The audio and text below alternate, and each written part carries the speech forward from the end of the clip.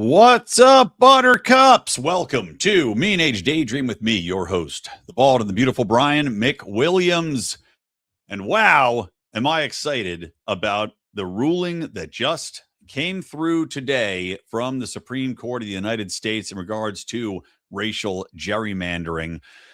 Before we get into that, though, I want to remind you guys to hit subscribe, tell a friend. Remember, we've got 5 shows here on Lions of Liberty, including the 4 of us, me, Brian Nichols, Lou Perez, and of course, John Odermatt, and then our show Politics, we should all be subscribed to. And don't forget Father's Day, right around the corner, a perfect time to give your father the gift of Woke Word Wars, my brand new card game, hilarious.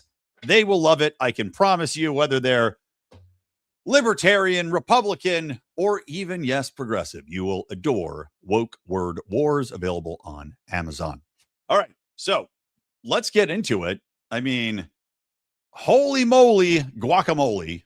The Supreme Court looked at a case in Louisiana where a new district was set to be created specifically along racially gerrymandered, lines. Specifically, I'm sure, targeting the black population, because typically that's what we've seen in a lot of these cases. Democrats say that this is under the Voting Rights Act and that you're allowed to create these districts because people are being disenfranchised for voting. Now, this has not been true for years and years and years and years and years, right? The idea when this was created was that the marginalized black community, way back when we still had racial segregation, back when black people considered second-class citizens, that this was necessary to give them representation. That has not been the case in decades, right? It's all nonsense. And the fact that the Democrats continue to push it is purely so they can cling to power, which is undeserved. We look at what's happening now in California. You look at what's happening in, states like, probably Vermont. I could probably name 15 different states or more where Democrats hold a strong majority of the voter base. And that's where at least I shouldn't say voter base, because that's incorrect. The voter base is more broadly, I'd say, independent at this point in time specifically, and underrepresents a ton of conservative voters. Democrats know this, which is why they use this race-based gerrymandering in order to create districts and give themselves an advantage with seats that they know will go towards their specific political alignment, because these are voter populations that have been basically trained to only vote Democrat. And you saw some of that bleed away, though, during the last Trump election. I think a record number of black Americans voted for conservatives. But you're seeing that they use this as a lever of power. It's also, of course, allows them to promise the world, to dive deep into welfare spending, dive deep into handouts for specific population groups, push DEI, push these race-based hiring practices. You name it, you got it. They promise them to these people to keep them in the pocket of the Democrat Party. Now, anybody familiar with these gerrymandered districts knows that if you look at an actual map, it's psychotic the way these districts run. They'll run, like a river snaking through a state in order to specifically target the black population in order to assure that seat goes to Democrats. It should have been unconstitutional from the get-go. It has been fought against several times, but now finally, the Supreme Court ruled 6-3 with the opinion being written by Justice Alito on this decision that this is unconstitutional, that this is in fact discriminating on the base of race, which is patently unconstitutional. Now, what are the ramifications of this? Well, number one, in Louisiana, they're not going to get that new district. So that's one victory there. But by extension, what you're going to see is now that there's precedent for this ruling, you're going to have probably the GOP specifically, but you're going to have lawsuits being pushed forward that says we need to get rid of all of these gerrymandered districts in every state that it's been applied to. And as I mentioned, there are egregious examples of these people gerrymandering specifically along the race-based lines. Now that has the potential, and I think the high probability of completely changing the face of America. When you look at the number of seats Democrats are assured to get because of the gerrymandering here, I would say conservatively, you're talking about something like 30 to 50 seats in the House. I mean, conservatively, 30 to 50 seats in the House. Because if you actually look at the demographics, as I mentioned, and the voter, basically on these new polls, the voter polls, you're seeing that Americans are in mass abandoning hardcore Democrat policies. They are not affiliating with either party. The largest, group in America right now is independent. Now, of course, these people have their own tendencies. A lot of them are still going to be voting Democrat, but they're getting away from the more insane policies of the Democrat Party, which have been pushed through in recent years. But if you just get back to saying, look, these are your districts, it's this portion, it's this portion, it's this portion, without these snaking rivers of race-based voting, you're going to see a changing face of America. You're going to see Democrats losing these seats in such a massive swath that it's going to change the face of what America looks like. Our entire policy, things that get through, that get pushed by these Democrats, are not going to be able to fly anymore. You're going to see a return, I think, to more normal American values, more normal, merit-based values. You're going to see an erasure, let's hope, of a lot of the more insane welfare policies. You're going to see erasure of a lot of these, illegal migrant favored policies. You're going to see entire changes to how our political system operates. I mean, when I say this is a nation-changing event, I mean that wholeheartedly. I don't think I've been as excited for a ruling in my entire life as I am for this ruling, because it truly will open up America for actual reform. Because every time you try to reform any of these programs, any of these ridiculous throwing money down a hole programs, everything, like I said, from welfare through to education spending, all these things, this will completely undercut the Democrat ability to blockade and push through this shit. When you have a swing, like the midterms are probably not going to be great for the GOP. And these, it's too fast to impact the latest midterms. But let's say, the next time we have a presidential election come around, it could literally flip how that looks. If a Democrat comes in the House and now you get rid of all the gerrymandered districts, you could see that this politician, that whoever it might be, let's say Kamala Harris somehow convinces the world that she's not completely brain dead. You're going to see that the House now is going to be a conservative majority. And dare I say, maybe we'll even see the potential for libertarian candidates to get in there. Because as people flee the GOP as well in the wake of war and runaway spending, maybe you have a shot here where, without the Democrat stronghold districts in, you actually have people say, you know what, let's go for a different option. But like I said, the ability to reform these programs has never had more potential. The ability to cut spending has never had more potential. The ability to stand in the way of these psychotic measures that undermine Americans' ability to spend, to save, to actually look to the future and have some positivity, because you no longer are going to have 50% of your budget going towards these entitlement spendings. You're going to have the ability to maybe even look at Obamacare, get rid of that albatross, that complete sham that was pushed by Democrats and has been able to stay in power. Well, I would argue that the Republicans could have taken it out at the knees within the last couple of years, but they haven't. But now, with this power shift that has the potential to happen within the next couple of years, you're going to see the ability to truly look at things and say, we put up with this crap long enough. You no longer have, imbeciles out there that are able to grandstand, that are able to promise the world, that are able to go out there and get their time on the Hill. And of course, the liberal media pushing all this garbage out there and saying, well, this is positioning it away and writing the narrative that the poor people are going to be disenfranchised. Well, you're not going to have those sound bites coming out, because those people will not get power. They will not be in office anymore. They will not have a soapbox to stand on any longer. And frankly, I would hope that, because now it's going to have increased competition, maybe we can actually get back to talking about real policy positions and not just promises of grandeur and handouts. Because the population that is going to be specifically voting along for those handouts is not going to be in power anymore. They're not going to have the specific voice where that goes and that plays, and they're assured to have a seat in the House any longer. It is a phase shift that has been long and desperately needed in America. And thank God this actually happened now, because we're on the precipice. And I've had conversations just with like my general neighbors about this, concerns about the future for my children and what America would look like as we spend ourselves into oblivion and have more than 50% of America getting some sort of spending, whether that is healthcare benefits, whether that is welfare benefits, whether that's SNAP programs. you name it. You have more than half of America dependent on this stuff. This has the ability to rein these programs in, to get these people off of the government dole, to eliminate the nanny state, or at least rein in the nanny state, and truly give us the ability to try to get back on track, to give ourselves the ability to have confidence that our savings are not going to be bent over and RAPED to the point where every American is suffering.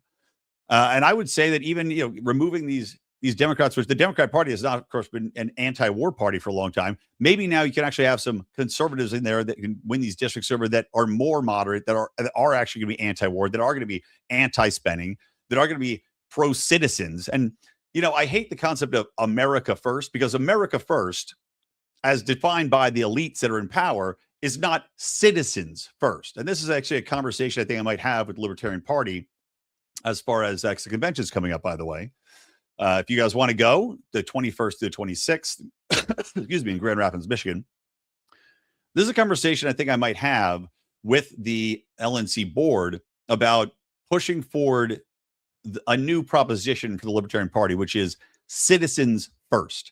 That means individual rights. That means citizens and the decisions they want to make, the things that are going to benefit actual citizens of this nation, and not the top-down structure we have now, and making that our branded phrase, that making that our catchphrase. We are citizens first rather than America first. So anyway, there's not much more to say about this. We'll see what shakes out from it. As I said, I think you're going to see a slew of legal challenges to gerrymandering. And if I was Democrat politician right now, I'd be shaking in my fucking boots. I would be absolutely terrified, because there is no ruling that undercuts the power base, the assured, built-in, and this is why it's so corrupt, a built-in system wherein you are assured to get, whatever it might be, 20, 30, 50 seats every election because of these insane lines that have been drawn. So now, poof, it's gone. And with it goes the Democrat stronghold. Absolutely fantastic. Could not be more excited. Okay, there's that topic. Next topic. I talked about the media, how the media is going to push this. Oh my God, I'm sure the mainstream media will cover this in the SCOTUS is racist. They're allowing people to go back on the rights of these voters, yada, yada, yada, yada. That's the way they'll paint it. But the other thing that I've seen recently is that the media is portraying, well, two things. Number one, the California billionaire tax, which I did a good morning fuckhead rant. If you want to join our Patreon, patreon.com/Lions of Liberty or lionsofliberty.locals.com. I did a whole rant on this billionaire tax, which California's introduced, which is a complete Trojan horse, because it allows people to, quote unquote, target the billionaires at 5% of their overall wealth. And this goes across state lines, which seems patently unconstitutional. But within the text of the bill, it's also written that, with a 2/3 vote in the California Senate, which is, of course, dominated by leftists and psychotic leftists for the most part, you can increase that tax to anybody. You can change the levels, change it from billionaires to just millionaires. So what you're going to see is billionaires are going to leave the state. That money is going to evaporate. And then they're going to say, okay, we need to make up for this money somewhere else. We're going to tax everybody. It is the biggest Trojan horse ever, but you're not seeing that reported in any of the mainstream media coverage. They simply report it as, we're going to tax the billionaires in every headline, without saying what the honest truth is. Mainstream media will report the gerrymandering the same way, but tough shit, because the SCOTUS ruling is what it is. Now, another thing that the mainstream media has been completely misrepresenting and misreporting on, this is, I think it was a New York Times article came out in the wake of the latest assassination attempt on President Trump, which I'm not going to get into. It's kind of old news at this point. But this report came out and it's saying, political violence is actually still very right-wing. They show this garbage statistic wherein it's showcasing, right-wing extremism. Now, God, what's her name? Hold on. Let me look up her exact name. It's a funky name. Batya Ungar Sargon, right? So she's pretty great follow. She debunked the living hell out of this, right? So this is from the Prosecution Project, is, of course, and this is a left-wing organization, shows that this, don't worry, it's still more right-wing. But the thing is, she dove into the data. What you're seeing is that all of this data is completely corrupt. It's absolutely falsified, because she breaks this down. She does not, she goes in and says that Guess what's not on this list saying that right-wing violence is so high? Well, they're not counting assassination attempts on Trump as left-wing violence. They're not counting the assassination attempt on Charlie Kirk. It's not in there. Doesn't count. They're not counting, any of these instances of violence during the George Floyd protests and all the people that were murdered during left-wing violence. And George Floyd protests were very clearly left-wing violence. What they do count is anything that they deem as anti-Semitic, which of course is a very, very broad category. They're counting that as right-wing extremist violence, even though most right-wingers, in fact, far more than Democrats, side with Israel, are avid and vociferous defenders of Israel and the actions of Israel. Now, that, of course, is also bled away, especially in younger conservatives and younger people in general are very anti-Israel. Of course, I shouldn't say anti-Israel. That's misrepresenting it. They're anti the actions of the Israeli state. This doesn't mean people are anti-Jewish, because I also am anti the actions of the Israeli state. But you're seeing them paint anti-Semitic violence, however they want to define it, as a right-wing problem, which seems absurd and ridiculous. Because we know left-wingers are the ones that are out there partaking in violence against, Israeli protesters. These are the people that are welcoming in all these mass migrations of Muslims. Their mass migration of people coming in from Afghanistan, from Pakistan, from any of these Muslim nations. Which, I'm sorry, if there's going to be anti-Semitic violence, I'm pretty sure it's going to come from the people that really hate the Jews, which is people coming from Muslim nations that despise Israel. Is there any debate over this? Because there shouldn't be. But yet, you're seeing your left-wing media run with the narrative that this is a very even thing. Now, anybody with a brain, anybody with eyes in their head can tell that the violence that happens. Oh, and also they're counting, protests against, abortion clinics as right-wing violence. And, the number of right-wing violence against left-wing abortion clinics. Yes, there's been some instances, right? There was a bombing, but these are very few and far between.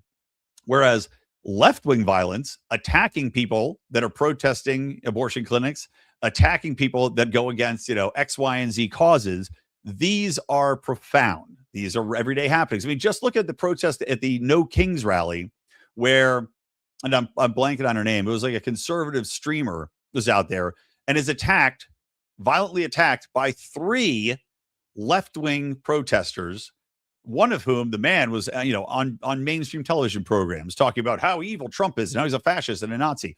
You're seeing that violence every single day on videos. You're seeing all of the violence that happens, as I said, in these Muslim communities where people go into the wrong area and they're getting jumped. This is not a debatable concept, and yet the mainstream media positions it as though right-wing extremism is the problem. I mean, this dovetails into the SPLC as well, right? Look at all the SPLC payments to right-wing extremist organizations, the heads of those organizations, claiming that these are racial institutions and they have to be stopped, and we're just paying informers. No, you're paying the heads of the organizations. January 6th, that was coordinated and at least aided in some way by the federal government under Biden. You look at the Charlottesville riots, which of course the SPLC had paid the head of the organization that put that together something like, hundreds of thousands of dollars. All of this SPLC payments is to coordinate racial hatred, to stoke racial hatred. And yet the media comes out and says right-wing extremism is the problem. Joe Biden out there, right-wing extremism is the problem. No, it's a fabrication. Just like this study from the Prosecution Project is a fabrication, omitting very important data points in order to paint a picture of violence in America, which is patently untrue. Patently untrue. When you look at the rhetoric that comes out, and no, you can't say rhetoric specifically leads to this violence, but when you read the manifestos of these people, it certainly seems to echo all the left-wing talking points. I mean, think of that, that idiot Maxine Waters calling for left-wingers to harass right-wing politicians in public. Think of all these things saying, we have to rise up, all the videos on TikTok and on social media of left-wingers saying, let's get our guns and fight back. This is rhetoric which, without a doubt, showcases the madness of the left. And I've long said one of the biggest things here you have to think about when you think about violence is that the left views this as this existential threat against fascism, right? That it's an existential battle for the future of the country. And progressives have always believed that the ends justify the means, right? So what if you get a little, if you crack some eggs here, we're fighting for civil rights and human rights, and X, Y, and Z are a human right. And if somebody gets in the way of that, well, they have to be killed because they're oppressors, right? This entire concept, this Marxist concept of the oppressor versus the oppressed, is a recipe for violence. If you tell an entire population that they are oppressed, that means that they are being violently held down, does it not? I mean, oppression, yes, it can be in different forms, but when you have that in your mind, that you are essentially being kept as a slave, you need to overthrow your oppressors. And that means that violence or any means to achieve that goal is acceptable. And that's what you're seeing play out here. And the fact that you've academia completely captured, and basically you're radicalizing people in the schools to believe that they are oppressed, to believe that we live in a fascist government. Well, what do you think's going to happen? You're going to find what you're looking for, even if you warp reality around that narrative. And that's what we're seeing here. And that's why you're seeing such a rise in political violence, specifically left-wing political violence. So thank God for Batya Ungar Sargon reporting this. And thank God for X. I've said it a million times. Thank God for X. I know that people had, supposedly ditched X for Blue Sky, but now Blue Sky is imploding. Massive user base just fled it because that was a left-wing echo chamber. And surprise, surprise, what do you see in Blue Sky? Well, according to all these reports coming out for people, well, Blue Sky turned out to be one of the most toxic places on earth, because even within the political sphere of the leftism, they charge and turn on each other. They, if you don't completely go in lockstep with what their thoughts are, well, then you're an oppressor. You're a demon. You're an asshole. You're a Nazi. You're a fascist. So all these people are coming back to X. Number one media platform. And yes, your algorithm is going to dictate how you get news. And we were talking about this. My buddy Carl, who's one of our big supporters for the Mufasa calls we do for our Patreon, our Pride group, or as we call them, the Polipricks now. We would be fascinated to see the algorithms of what gets delivered to leftists versus, people like myself, a libertarian. But the fact remains, X allows people to debunk this, to share this knowledge, wherein the mainstream media does not have a complete lockdown on the narrative any longer. You can't simply have them spout these bullshit statistics saying that right-wingers are out there somehow violently oppressing people when it's simply not the case. The emotional aspect of leftists has a lot to do with that. As I said, the rhetoric out there, the academic brainwashing that's out there is convincing people that they have to take violent action, or that these people just don't have the impulse control that's needed.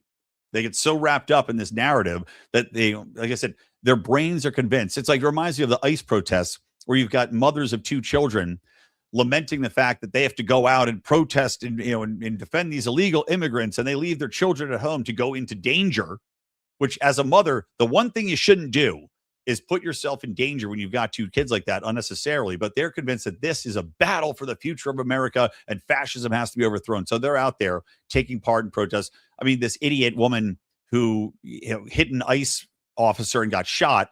I'm sorry. Yes, I could say, well, is that an extreme reaction? No, I don't think it is. If somebody tries to run you over with their car, you do have the position of power, having a firearm to defend yourself. You don't know what this person is going to do next. They already tried to hit you once. Yeah, I'm sorry. You get shot in that situation. But that's where these people's minds are at. And I can guarantee you, by the way, the woman in the car that tried to run over an ICE officer, the second time the guy had been, hit by a car from a leftist, by the way, I can guarantee you that was not marked down as an example of leftist violence. I can fucking guarantee you. So once again, we're seeing the benefit of X in debunking left-wing narratives. We're seeing the benefit in exposing fraudulent, activist-led, quote-unquote, research and exposing it as the utter nonsense that it is. So another win, at least in my opinion, for the good guys. Okay. Last topic of the day today. I have to see what I said because I forget. I send myself these topics and then I forget exactly what I'm going to talk about. Oh, that's right. So this last one, another exceptionally damning thing for the Biden administration. And who knows if Joe Biden knew about this, because Joe Biden clearly was not there, mentally. God knows. We still haven't gotten reported exactly what's wrong with Biden. We know he had cancer, but clearly the man wasn't all there. But the Small Business Administration, which of course is designed to give loans to small businesses trying to get their footing, trying to make their way, trying to hire and give Americans jobs. And by the way, Americans did not create jobs in the private sector over the last few years. This is all government-led hiring, right? Just nonsense job creation. But the Biden administration, under the SBA program, gave $90 million in forgivable small business loans to Planned Parenthood. Now, this just was exposed and now is being investigated, but was just exposed because a whistleblower had come out and shown emails from the Biden administration while they're coordinating these loans to Planned Parenthood, which, of course, Planned Parenthood should not be getting funded by the American government in any way, shape, or form, period, flat out. But they gave $90 million in forgivable loans to Planned Parenthood, despite it being ineligible because it is a massive organization. Planned Parenthood is I would say probably $1 billion organization, if we're being honest. Giving them $90 million in loans that are designed to go to small businesses is patently illegal. But it gets worse because it wasn't just that they gave them the loans, it's that they knew it was illegal. And this whistleblower shared these emails in which the Biden administration and the people coordinating these loans, these activists within the administration, listed them as Benghazi. That was the key phrase. That was their little secret hidey password. Instead of saying, we're giving loans to Planned Parenthood, they said, well, we're going to give this loan to Benghazi. Now, why they chose Benghazi, I have no idea. Maybe a shout out to Hillary Clinton. But they gave these loans out and secretly hid them because they knew they were illegal by calling it Benghazi, and find out that this was attacked in order to funnel money to Planned Parenthood the entire time. Clearly, this is a cover-up. Clearly, they knew what they were doing. Otherwise, you would not use that type of language.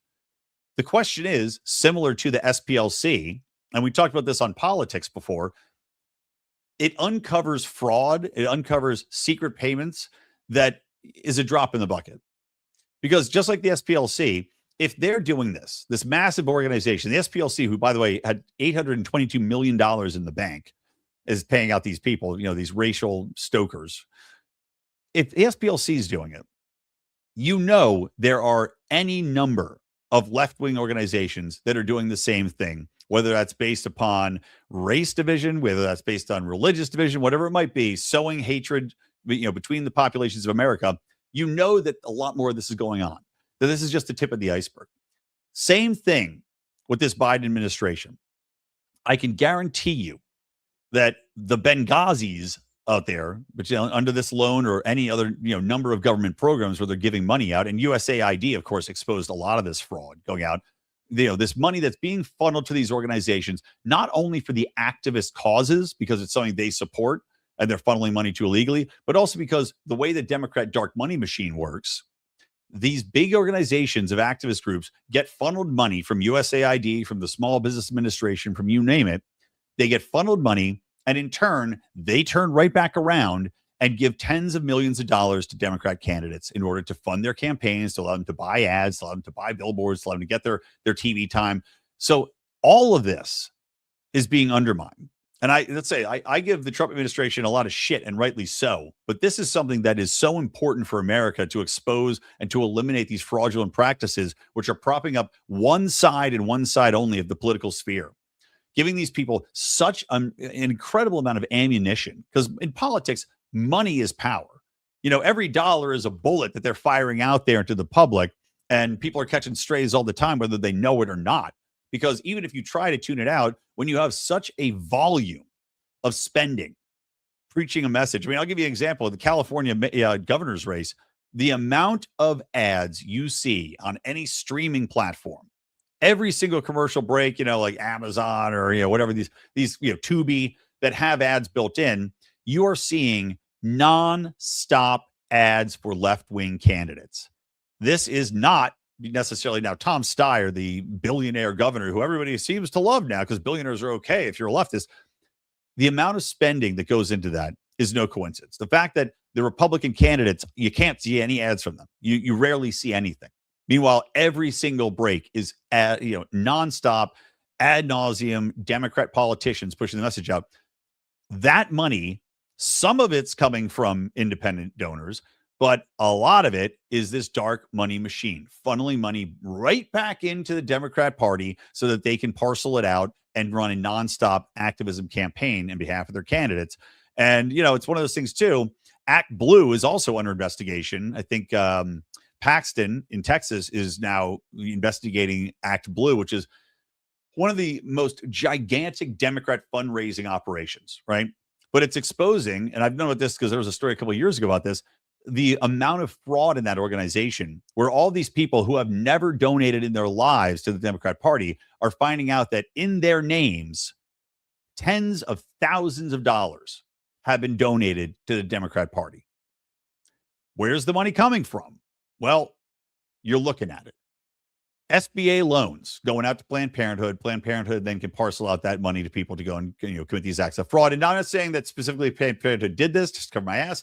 I'm saying that this is the type of thing within the Democrat dark money machine that happens all the time, nonstop. The Trump administration clearly is targeting this and trying to cut that out. And it is, again, you talk about phase changes in America. The gerrymandering ruling now and this exposing of fraud is going to cut off not only the Democrat stronghold as far as these assured seats, but now you're cutting off the money funnel that these people depend on and operate on in order to push horseshit candidates out there that have no right or reason to be running. That would be that should in all rights be laughed out of any political setting. But because of the volume of activist messaging, political advertising that they can put out there, people just see it over and over and over again. And eventually that worms your way into the brain. And then name recognition alone, like how many candidates do you see on ballots, right? I mean, I just got the California primary information packet. There's 25 people running for governor right now in California. I know 4 of their names, and it's the 4 names that get the money in order to push their position out there, push their name out there. So when you go into the voting box, you go, well, I guess I've heard of this Tom Steyer guy. I'll vote for him. If you're your everyday Democrat, I'll vote for that guy. Or if you're independent, that's left-leaning Democrat, well, I guess I'll vote for that guy. I've heard his name 70,000 fucking times in the last 3 months because these people have endless amounts of money that's being funded by taxpayers going back to them through the dark web. I'm white-pilled for the first time in a while after seeing everything that's going on with war, endless spending, Democrat psychos. I am very, very white-pilled on this. So hopefully you guys are too. Hopefully today's episode has given you quite a bit of hope. And as I said, flowers where they're due for the Trump administration. What's going on within the SCOTUS and those appointments obviously have paid off within the Department of Justice for trying to undermine and cut out these unbelievably crazy payments that are being dispersed to the Democrat Party. I'm just excited. So there you go. Happy Wednesday, everybody. That'll do it for the show. Don't forget, hit subscribe. Don't forget, buy Woke Word Wars. And I will talk to you later. Thanks from me, Brian McWilliams, from the Lions of Liberty Podcasting Network and from Mean Age Daydream. Keep those electric eyes on me, babe, and keep that ray gun to my head. Talk to you later.